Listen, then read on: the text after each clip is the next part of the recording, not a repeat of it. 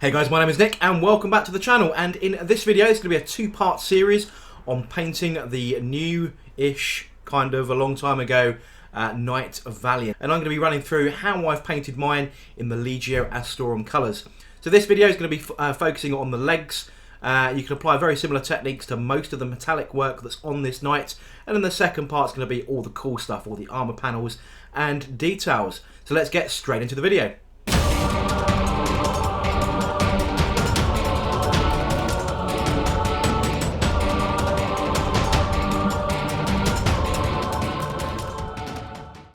So this is the current state of play before we get cracking into this video. Now I've already done a video on the unboxing, build and magnetising guide for this particular model quite a while ago. I'll put a link in the description below and a little card up in the corner if you did miss one of those classically old videos. It shows how long ago it was.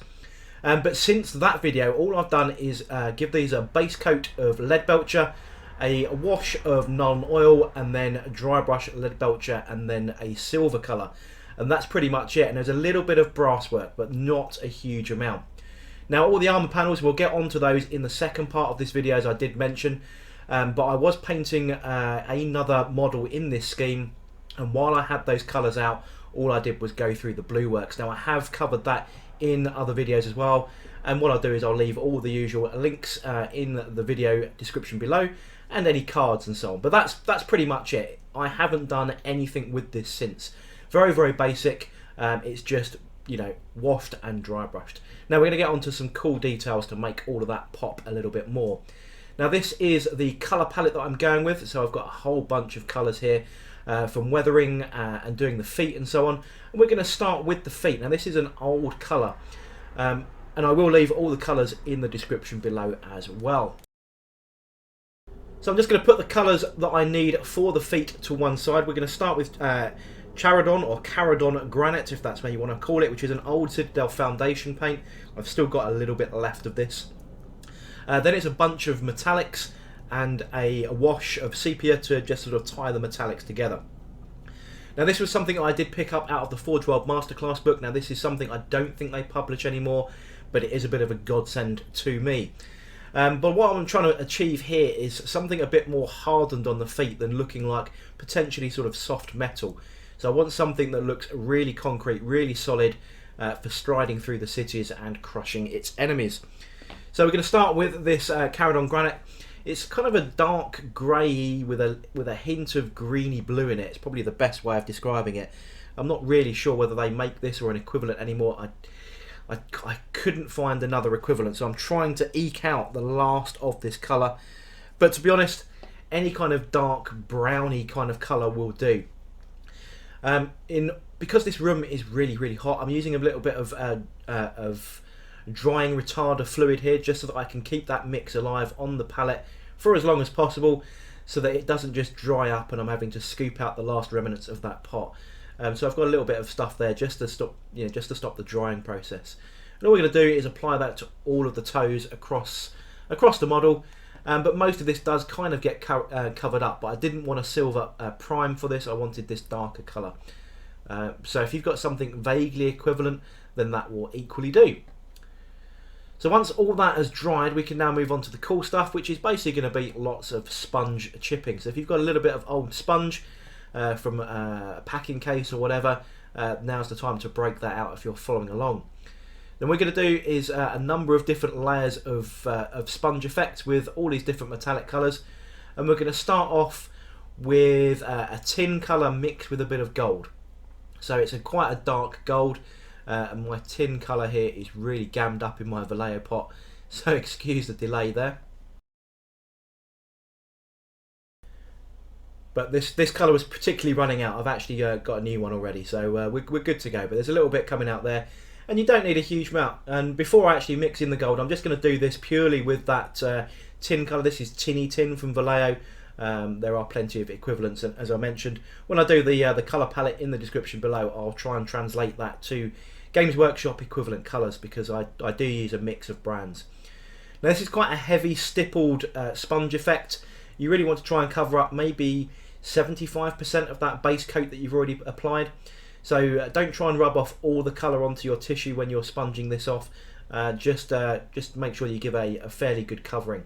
And it does dry pretty quick because it's quite a thin paint, and you're just sponging it on. And it doesn't really matter if it starts mixing with the upper layers.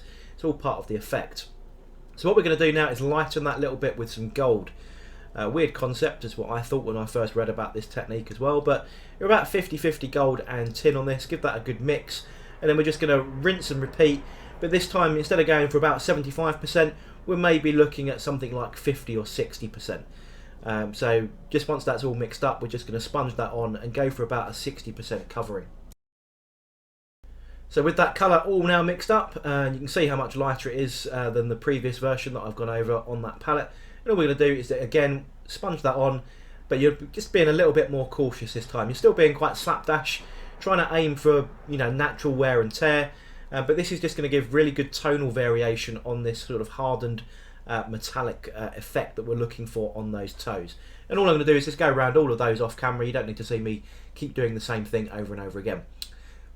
So once we've had all of that done, we can now move on to the next colour.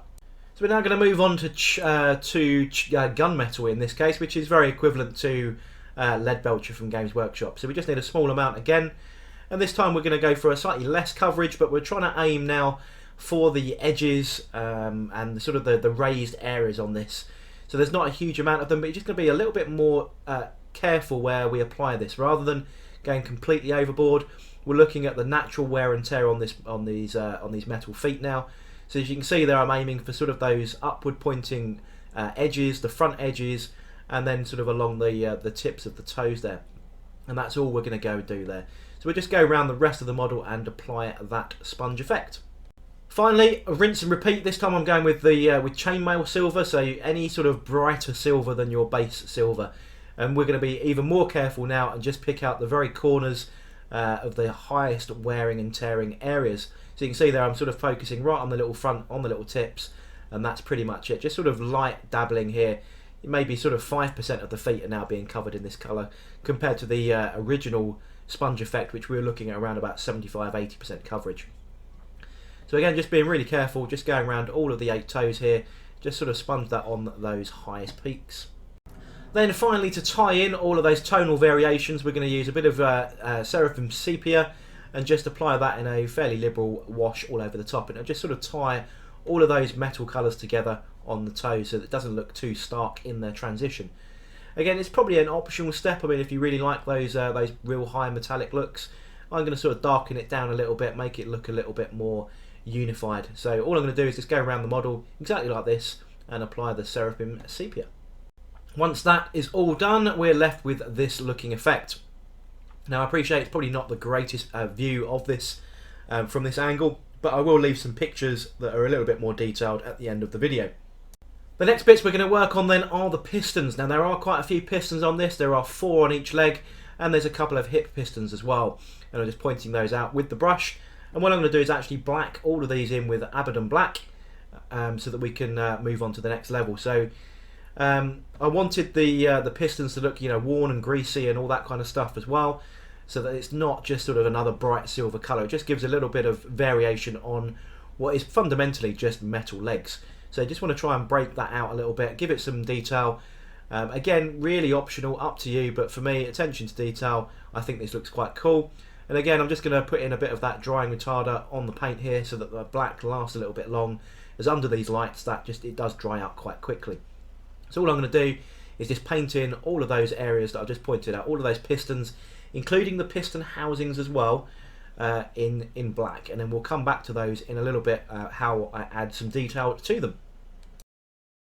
And as we paint these on, I'm just going to run the video in 3 times speed so that you haven't got to sit there and listen to me drone on as I just paint pistons. Not the most exciting part, but I just sort of wanted to show and highlight exactly how each of these steps were done so that you can replicate this on your own models. So that's pretty much it. Just blacked all of those in, and you can see that a little bit in more detail now. So all of the piston housings, the pistons themselves, the sort of the ball sockets at the bottom, and while that's all sort of beginning to dry, we can actually now look at the hoses as well. So all I'm going to do is actually just paint them brass, give those a wash in Agrax Earthshade, then give them a little dry brush, and that's pretty much it. So the hoses on this model, I'm going to stick with a brass colour.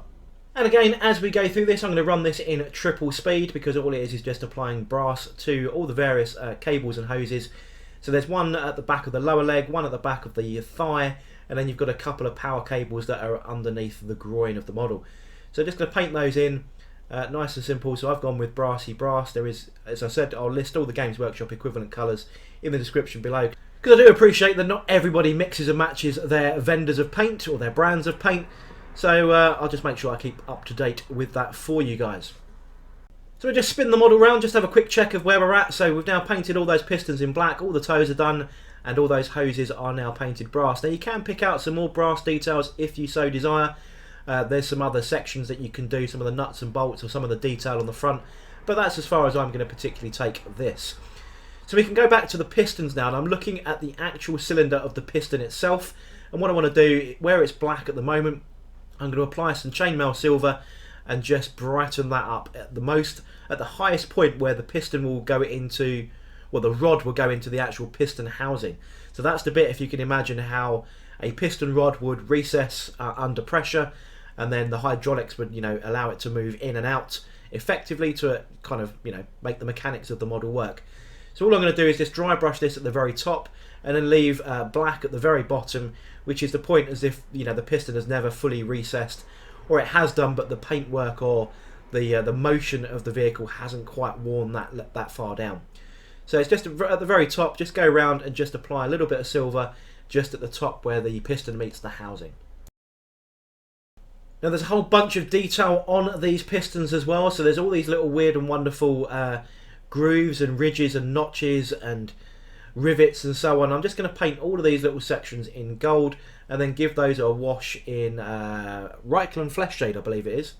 And that's predominantly what I do to pretty much all the gold work that I do on this model is Reichland Fleshshade wash over the gold, and the gold's applied or dry brushed over a brass base, but we'll cover that when we get to the top panels and so on, just a more exciting bit.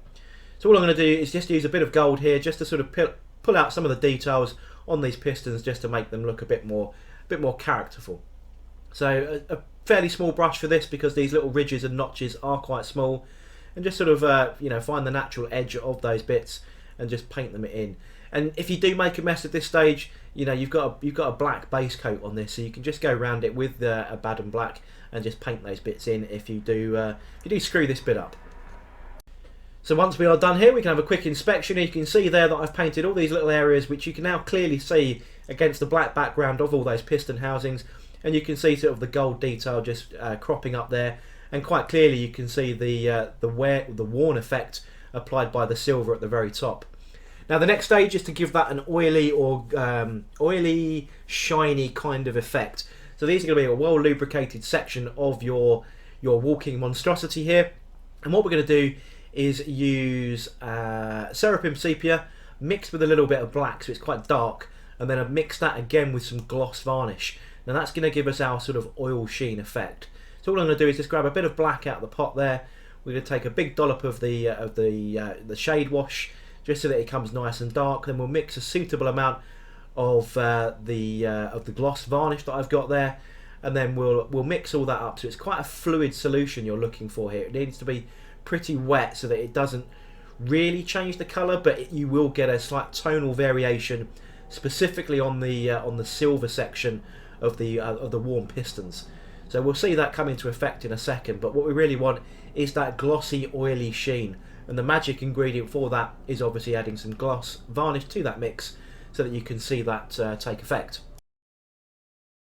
So I've got that mix on the palette now, and I'm just sort of giving it a quick test to make sure I'm happy with the consistency of it. It's quite a thin mix, but the colour variation that you'll get on the silver is quite effective, and everything else basically gets a gloss effect. So it does look like it's been lubricated by the appropriate tech priests, or they're not tech priests in Knight households, are they? They are seneschals or something, I think is the technical word.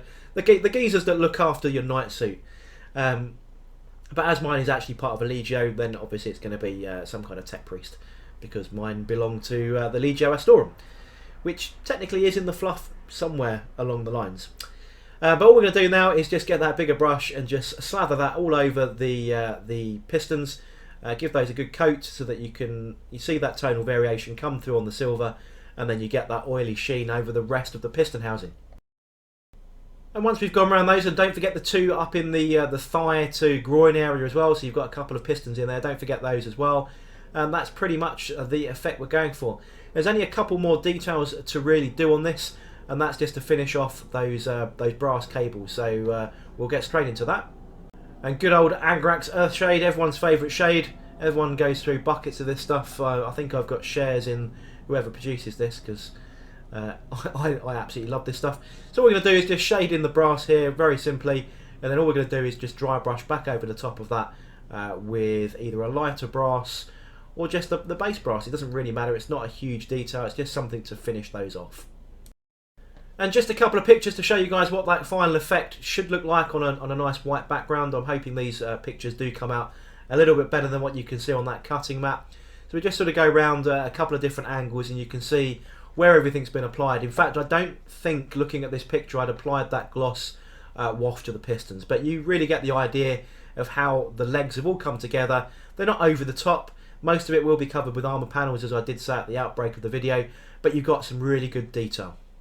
So there we go then, guys. That is the guide, exactly how I've painted the legs. Now that can be applied to any of the Knight classes, including the Armiger Warglaves. You've just got to shrink down the scale a little bit, and then you can apply exactly the same techniques for that consistency across your entire Knight army. Now this technique is, you know, a lot of this is actually hidden underneath the Knight's armour panels, but the attention to detail, I think, pays dividends. Now this technique can be applied, doesn't matter what household you're going to go for on the armour panels. This is all sort of the skeleton works, so it can be applied no matter what you're doing. But I hope you enjoyed the video, hope you learned something new, and if you did, don't forget to like, comment and subscribe, and I shall catch you guys on part 2 of this video very soon.